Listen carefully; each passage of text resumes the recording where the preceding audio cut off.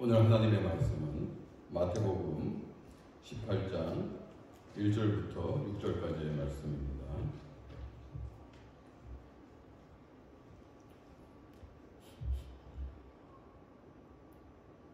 말씀을 함께 봉독하겠습니다. 그때 제자들이 예수께 나와 이르되 천국에서는 누가 크나이까? 예수께서 한 어린아이를 불러 그들 가운데 세우시고 이르시되 진실로 너희에게 이르노니 너희가 돌이켜 어린아이들과 같이 되지 아니하면 결탄코 천국에 들어가지 못하리라. 그러므로 누구든지 이 어린아이와 같이 자기를 낮추는 사람이 천국에서 큰 자니라. 또 누구든지 내 이름으로 이런 어린아이 하나를 영접하면 곧 나를 영접함이니 누구든지 나를 믿는 이 작은 자 중 하나를 실족하게 하면 차라리 연자 맷돌이 그 목에 달려서 깊은 바다에 빠뜨려지는 것이 나으니라. 아멘.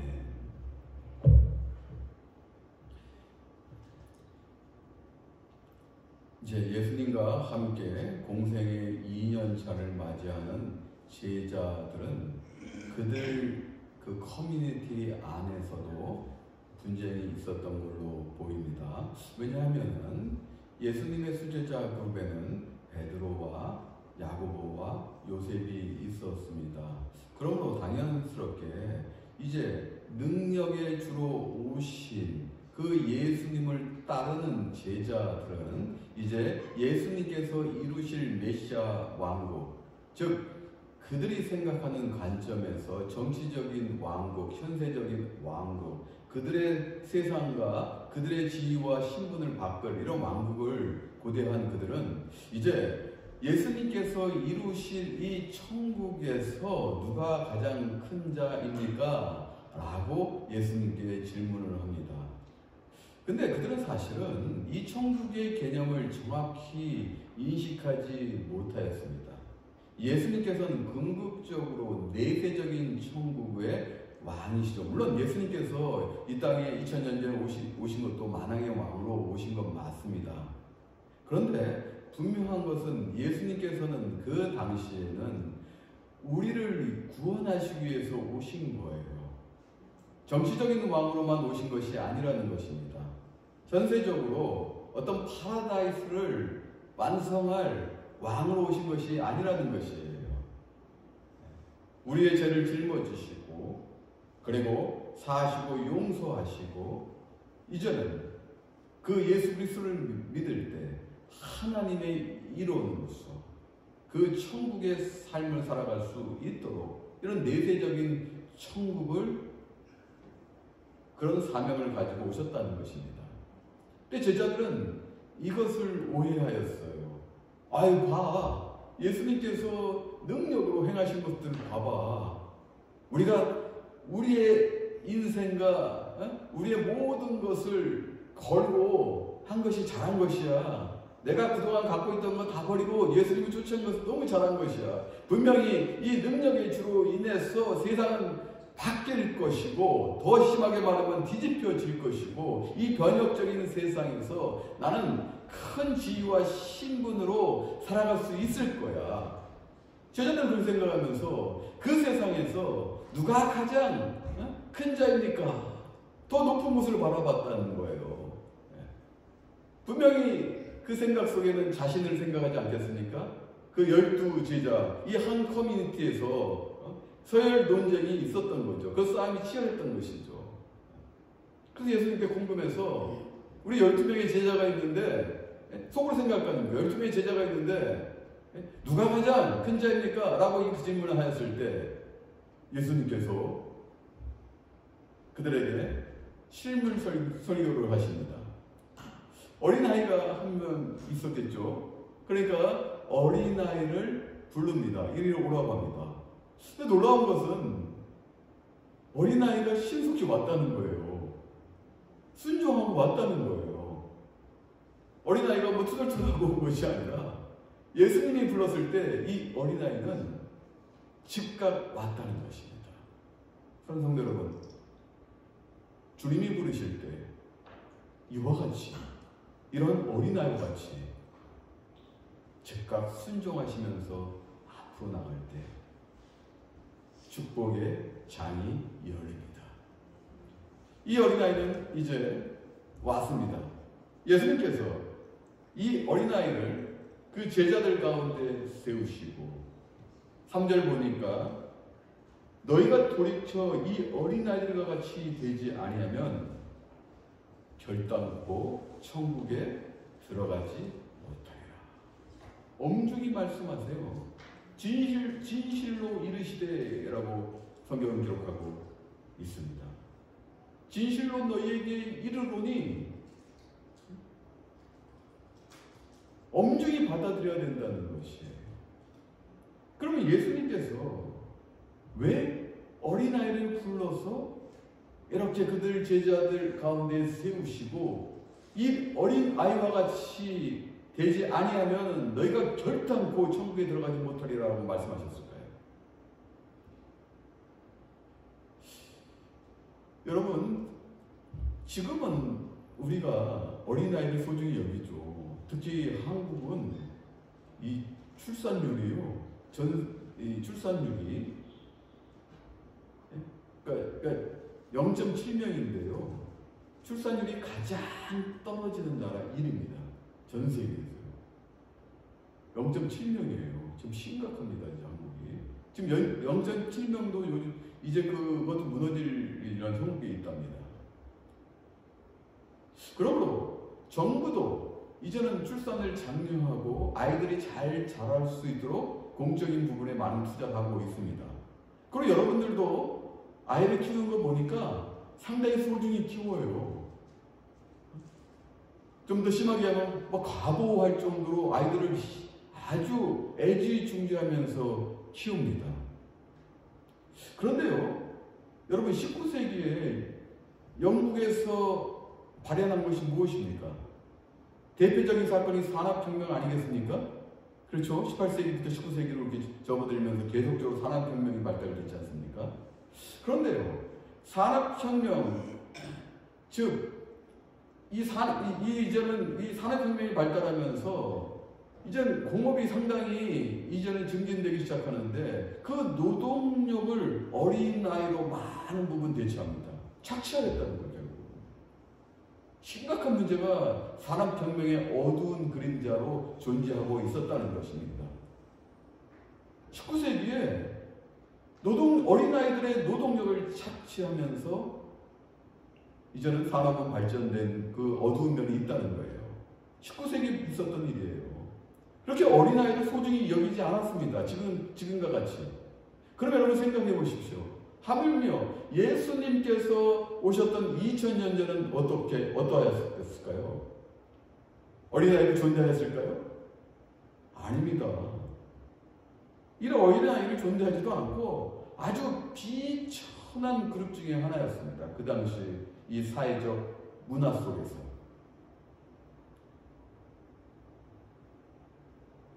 사실 그것은 예견할 수 있지 않습니까? 19세기 아니라 우리 어릴 때만 봐도 그래. 지금은 그렇지만 우리 어릴 때만 봐도, 저 어릴 때만 봐도 학교까지 걸어갔어요. 초등학교 1학년, 2학년인데요. 부모가 데려다 주지 않았습니다. 학교 알고 나서부터 많은 애들이 걸어 다녔어요. 그 먼 학교를 걸어 다녔어요. 스쿨버스 있지도 않았어요. 먹을 것이 많았던 시절도 아닙니다. 지금 여러분들은 이해 못 하시겠지만은 저희 때는 그랬어요. 그렇게 부모들이 살기 바빠서 소중히 여기지 않았습니다. 그냥 알아서 그게 물론 좀 심한 얘기 있겠습니다만 부모님들은 다 먹이고 다 했겠죠. 왜 안 했습니까? 그렇지만 지금과 같이 그렇게 보호하면서 자라지 않았다는 거예요. 이것만 우리의 현실만 생각해봐도 2000년 전에 어떠하였을까요? 어린아이들은 비천한 그룹에 들어갔어요.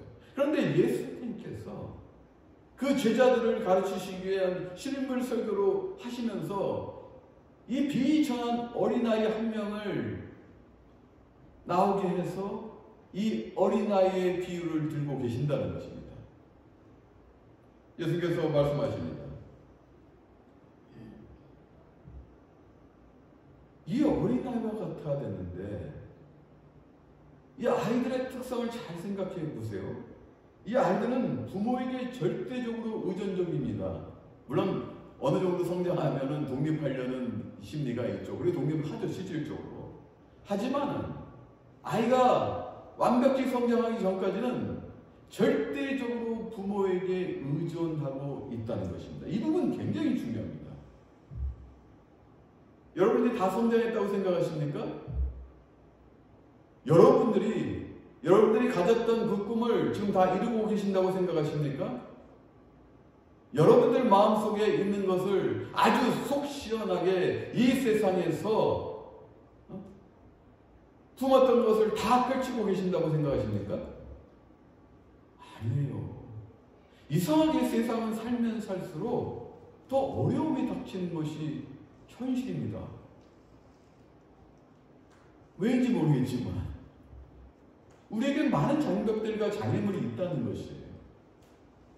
그런데요, 우리가 안식하지 못하고 기뻐하지 못하는 것은 우리가 의존하는 대상이 없기 때문입니다.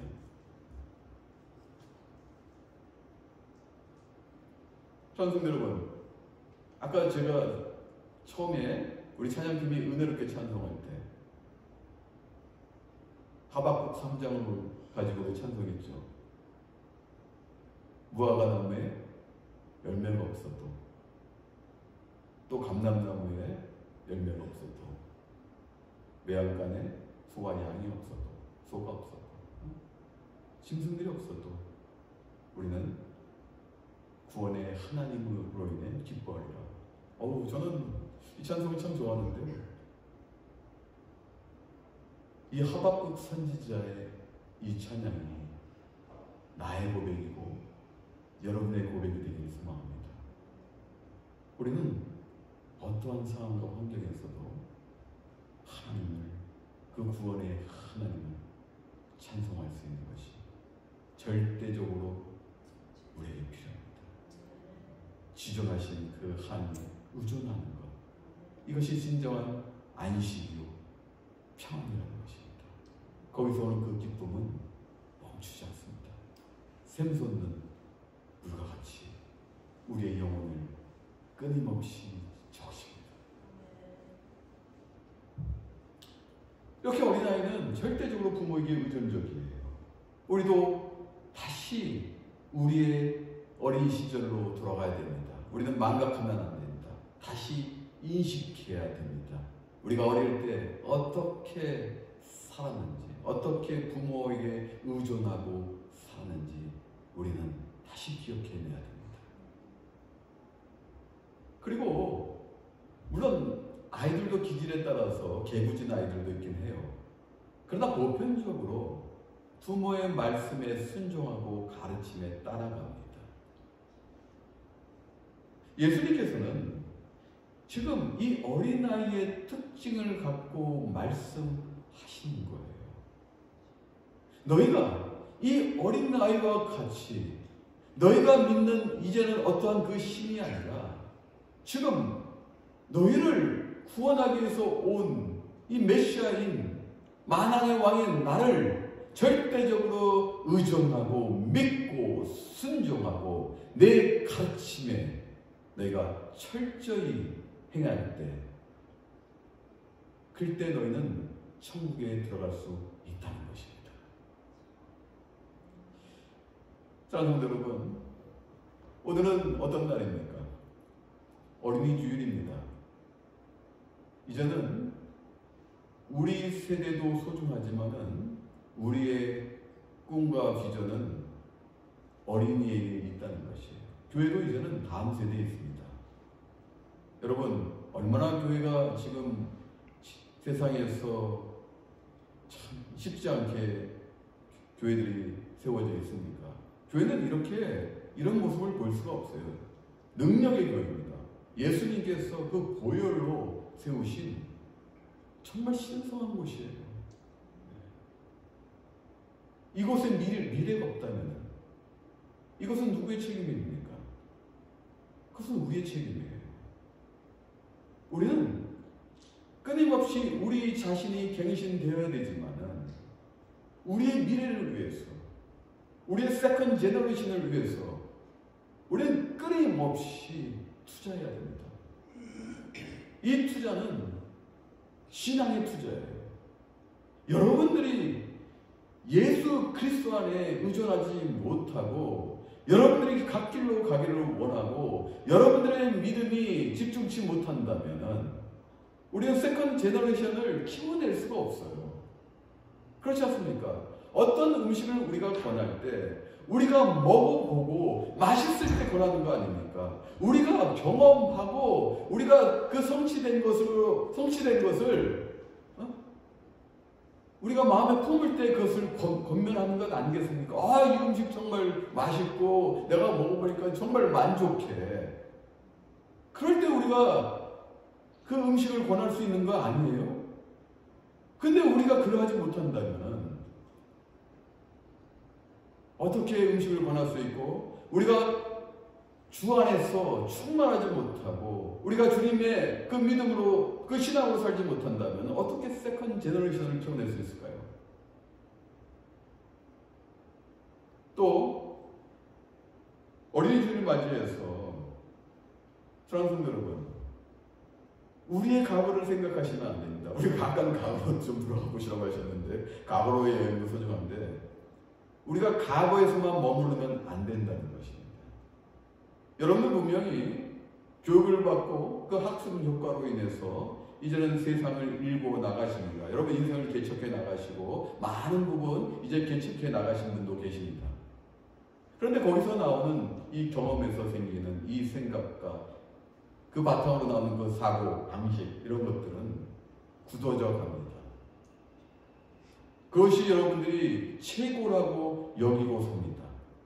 사람은 이것 때문에 분쟁이 있는 거예요. 내가 생각한 것이, 내가 그동안 이루었던 것이 최고라고 생각하기 때문에 남의 것을 인정하지 못하는 것입니다. 그런데 그것은 가정에서도 마찬가지예요. 우리 자녀들에게, 이 어린이들에게 어떻게 가르쳐야 될까? 우리의 꿈을, 우리의 학습에서 나오는 결과들과 우리의 사고방식을 덧입힐 것인가? 우리가 과거에서 잘됐던 못됐던 잘못된 것은 우리가 생각할 수도 있죠. 또 성공한 것들, 이런 것들로 휩싸여서 우리 자녀들에게 덧입게 하지 마시라는 거예요. 가감히 떨치셔야 됩니다. 자녀는 과거의 존재가 아니라 현재의 존재라는 것입니다.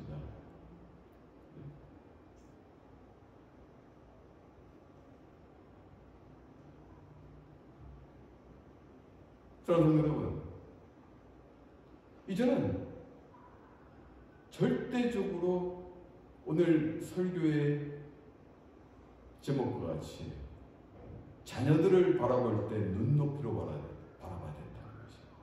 여러분은 분명히 자녀를 사랑할 것입니다. 특별히 어린 아이를 가진 가정 부부들은 분명히 자녀를 정말 소중히 여기고 사랑할 것입니다. 그런데 그들의 눈높이로 봐야 됩니다. 저는 어저께도 어린이날 행사를 좀 크게 교회에서 했습니다. 근데 아이들을 제가 바라볼 때 제가 한 가지 하는 게 있어요. 꼭 제가 아이들 키에 맞춰서 무릎을 굳히고 앉습니다. 아이들은 느껴요. 자기의 눈높이에 맞춰준 것을 분명히 아이들은 느낍니다. 제가 많은 부분 그렇게 합니다. 그리고 하이파이브도 하고 얘기도 하고 그렇게 합니다. 많은 부분. 물론 매일같이 하는 건 아니지만 필요할 때는 꼭 제가 무릎을 굽히고 앉아서 그 눈높이에서 이야기를 하고 하이파이브를 하고 이렇게 합니다. 어느 순간 제가 알게 됐어요. 저도 아이를 잘 키우지는 못합니다. 제 생각들이 많이 들어가요. 그리고 제 꿈을 어떻게 보면 내가 못했던 것들을 내 아이를 통해서 이루고자 하는 그런 마음도 있을지 모르겠어요. 은연중에 나타나기도 합니다. 그런데 그때마다 나는 다시 생각합니다. 아이가 내 인생을 살지 않지 않습니까? 아이는 독립된 존재로서 분명히 살아갈 것이고 그 속에서 분명히 성취하고 만족하며 살아갈 것이에요. 우리는 그러면 이 아이를 위해서 어떻게 눈높이로 사랑해야 될 것인가? 인격적으로 인정하는 것입니다. 아이를 모른다고 생각하지 마세요. 아이들은 그 나이에 분명히 맞는 인격적 존재라는 것입니다. 인격이 있다는 것입니다. 물론 그것이 우리가 보기에는 완성되지 않을 뿐이지 그 나이 또래의 분명한 인격적 존재라는 것입니다. 인정해야 되는 것이에요. 어쩔 땐 그게 힘듭니다. 우리 기준으로 생각하기 때문에 굉장히 어렵습니다. 그런데 우리는 해내야만 됩니다. 자, 성도 여러분, 오늘 계속해서 4절을 보게 되면 어린아이들과 같이 겸손함으로 하나님을 섬기며 그 가르침에 순종하지 않으면 절대로 천국의 입성을 허용하지 않겠다는 이 주님의 이 말씀을 우리는 준엄히 받아들여야 됩니다. 장성한 어른으로서 지금까지 가지고 있었던 그 가치관을 이제는 갱신해야 된다는 것입니다. 여러분들이 버릴 수 없다면 갱신하십시오. 사실 우리가 쌓아온 이 가치관 이거 버리기 어려워요. 저도 버리려고 노력했습니다만은 이미 내 몸에 완전히 어떤 장기같이 붙어 있습니다. 굉장히 어렵습니다. 그런데요, 우리는 이걸 아셔야 돼요. 그리스도를 알고 믿기 이전에 어떤 가졌던 그 가치관, 어떤 사고방식에 지배되어 있는 것, 이것이 이제는 중요한 것이 아니라 그리스도를 믿어 하나님의 자녀가 된 지금도 이런 것들로 휩싸여서 그 사는 것이 문제라는 것입니다. 여러분, 예수를 믿고 우리가 어떤 존재입니까? 갱신된 존재, 새 언약의 존재입니다. 죽을 수밖에 없는 우리는 새 생명의 존재라는 것입니다. 그러면은 우리는 분명히 신분이 바뀌었어요. 죄인에서 의인으로, 사망의 권세에서 진리 안의 자유의 자녀로 바뀌었습니다. 그럼 왜 갱신 못하겠습니까? 이 갱신을 게을리하면 안 된다는 것이에요. 여러분, 한 번에 버릴 수 없습니다. 과거의 나쁜 습관들이 한 번에 고쳐집니까? 아닙니다. 끊임없는 훈련과 연마로서 없어지는 것이 하루아침에 못 고칩니다. 그런데 그것을 시작하는 것은 바로 결단이라는 것입니다.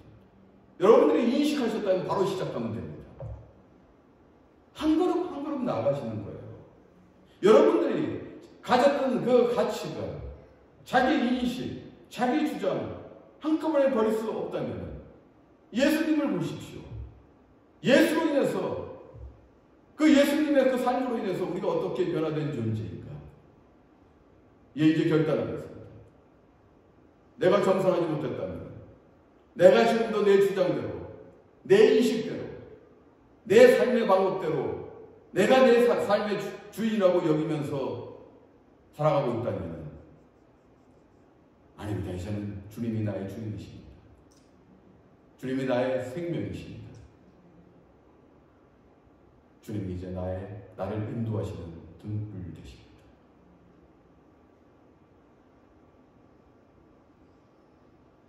그러면 새 언약의 주님과 함께 하신다면, 의존하신다면 우리는 겸손해질 수 있어요. 겸손이라는 것은요, 하나님 앞의 겸손이에요. 겸손의 본질은 하나님 앞의 겸손이에요. 나를 창조하시고, 그리고 나를 이 땅에 보내시고, 그를 나를 영육케 하시는 그 주님, 그리고 나를 본향에서 기다리시며 맞이하실 그 주님. 아유, 어떻게 우리가 겸손하지 않을 수가 있겠습니까? 우리의 전체를 다 지어지고 기쁨으로 인도하는 그 주님이 함께하고 계시는데 제가 청년 때예요. 제가 신학교 다닐 때고 굉장히 큰 교회였습니다. 큰 교회였는데 이제 아내는 이제 주일학교 교사로 청년 때부터 계속 섬기고 있었습니다. 그래서 저도 자연스럽게 주일학교 이제 모임이라든지 주일학교 선생님들하고 친해지고 내려가 있을 수밖에 없어요. 보통 이제 본당 위에서 드리고 아래층에 이제 주일학교가 있습니다. 그런데 한 집사님, 중년의 집사님이 계셨어요. 근데 이분 정말 겸손하셨어요. 말씀도 아주 예의 있게 하시고 품격 있게 하시고, 그런데 무엇보다도 중요한 거는 이분이 굉장히 능력자세요. 이분 미국으로 유학 오신 적이 없는데 영어를 굉장히 잘하셨습니다. 주로 아이들은 또 영어로 많이 하지 않습니까? 그런데 굉장히 주일학교 선생님, 많은 선생님이 있었지만은 참 겸손히 아이들을 아주 잘 섬기셨어요. 정말 열심히 섬기셨어요. 이분은 보면은 우리가 그때 우리 부부가 저 집사님 닮고 싶다. 우리보다 이제 한참 연배시니까 집사님 닮고 싶다. 정말 어떻게 저렇게 겸손히 능력이 있으신 분이 이렇게 나타내지 아니하시고 이렇게 아이들을 잘 섬길까? 아이들 섬기는 건 정말 쉽지 않습니다. 주력교 가서 굉장히 어려운 일이에요. 그런데 아주 열심히 한 번도 빠진 적이 없고 한 번도 불평만 항상 웃으시면서 영어로 이렇게 유학 오신 적도 없었고 잘 섬기셨어요. 그래서 어떤 일 때문에, 개인적인 일 때문에 제가 알게 됐는데 이분이 한국의 굴지의 회사, 화장품 회사, 미국에 처음 진출해가지고 굉장히 지금 미국에서도 잘 팔리는 화장품 회사인데요. 거기 지사장님이셔. 개척자가 오셔가지고. 그리고 미국에서 그 화장품 회사가 성공을 해가지고 중남미로. 그래서 지금 미국과 중남미 지사장, 또 유럽까지 진출해서 유럽 지사장까지 하셨어요. 통틀어서 미국, 중남미, 유럽까지 다 사장님이셨어요. 저 깜짝 놀랐습니다. 제가 그래서 어떤 개인적인 일 때문에 부탁했을 때 그분이 다 들어주시고 해서 제가 이제 아주 좀 은혜를 많이 입었는데 몰랐어요. 엄청난 능력을 갖고 계시는데 한 번도 얘기하신 적이 없으세요. 그리고 보이지 않는 그 지하에서 어린아이들을 그렇게 섬기는 그 모습. 이것이 정말로 하나님 앞에 겸손이구나 느꼈습니다. 사랑하는 여러분, 오늘 예수님께서 말씀하십니다.